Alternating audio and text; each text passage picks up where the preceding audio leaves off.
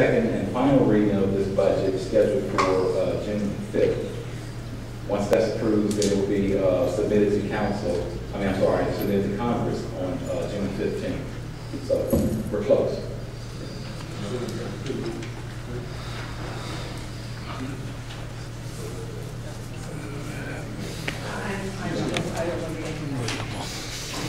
Eric, I think that the figure John was thinking about is 47 million. Wasn't that the top budget?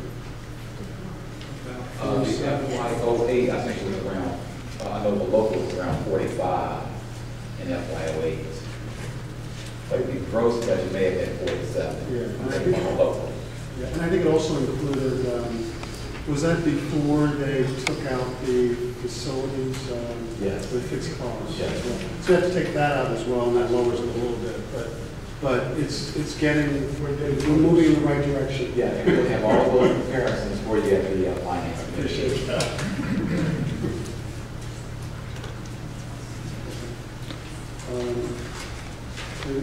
I'm going to start before the facilities committee meeting begins to tell you about the Rosedale supplemental, which would not come to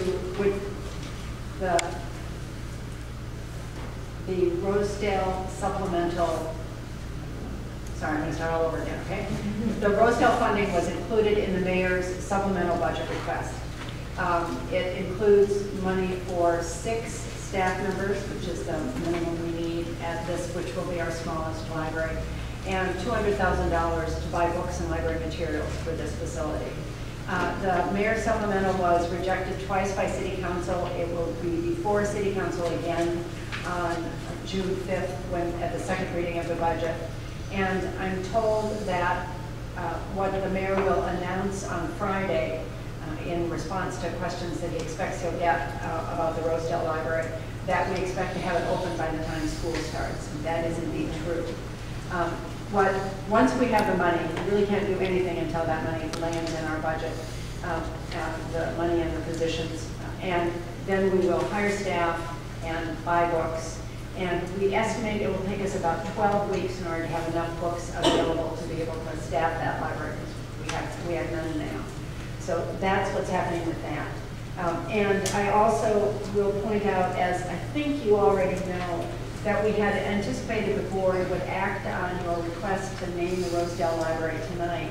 But as you know, our process calls for it to go to the facilities committee. They were to meet earlier tonight, and it turned out yesterday that we just couldn't count on having enough of our board members to do that. There will be a facilities committee meeting. They will discuss that. I'll work with the chairman, Richard Levy, of that committee to get that set. You will know when that meeting is, and you are welcome to come and observe that meeting.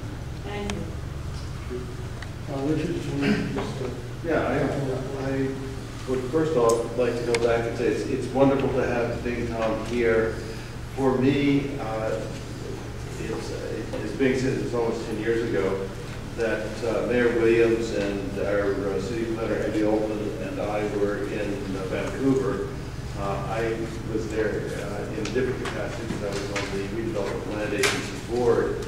And we were looking at the Vancouver waterfront as inspiration for the Southwest waterfront. And Bing said, well, while you're here, I would love you to see our new library. I had no idea that I was going to be involved in libraries for 8 years. And he took us into their new library. And I said, oh my God, this is what libraries have become. It was really the first of the new libraries that I saw. And and then shortly after that, the mayor and Andy Altman started twisting my arm to help them work on the libraries. So it's wonderful to have Bing. It's sort of like a full circle.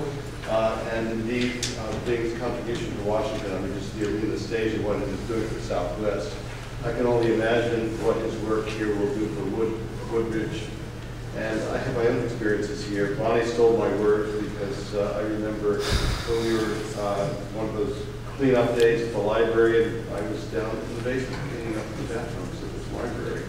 They looked a whole lot different than they do today, so it's wonderful to walk in here, walk through the new doors, and so it is time to think about a new library, and we fortunately have resources to do it. This place is so much a nicer place than when I walked in here almost 8 years, 7 years ago was the first time I was in here. So it's wonderful to see what is happening to our whole system, and this is a reflection of that. Without further word, I'm turning it over to Jeff, who will tell you how we're doing on the capital construction. The unrecognizable Jeff Bonvecchio. Maybe. I was looking around the room. Where's Jeff? I don't see his shiny top. Yeah, I thought maybe you weren't here and I was in these stuff. And that's his real hair, by the way. After 13 libraries, I haven't lost it, so I figured I'd tell everyone. See what it actually looks like. Very productive. No, I'm pleased to report of our progress, and especially pleased to report on the opening dates for Bellevue, which is June 13th, and for Francis Gregory, which are June 19th. Furniture has, the first wave of furniture was moved in last week. Books are going onto the shelves. The IT work will start in earnest the following week, June 1st, in order to get ready for those openings. The Mount Pleasant Library will open sometime during the week of July 23rd, and we look forward to that move-in process starting at the beginning of, end of June, beginning of July. As far as the design process, essentially kicked off today with this meet and greet of Bing and Michael Weincheck here at the neighborhood. Our schedule is an 8 to 10 month design schedule. In terms of our milestones, they happen to fall kind of at 4 to 6 week intervals, and with schematic designs, design developments, our presentations to the various community groups, as well as presentations to the U.S. Commission of Fine Arts and NCPC, which are all part of our review process and our design process. We're tentatively scheduled to start the construction sometime in January or February, which will mean a closing of this branch sometime in December of this year or January of 2013. We anticipate a 15 to 18 month construction schedule for this library, and we've already started the process of looking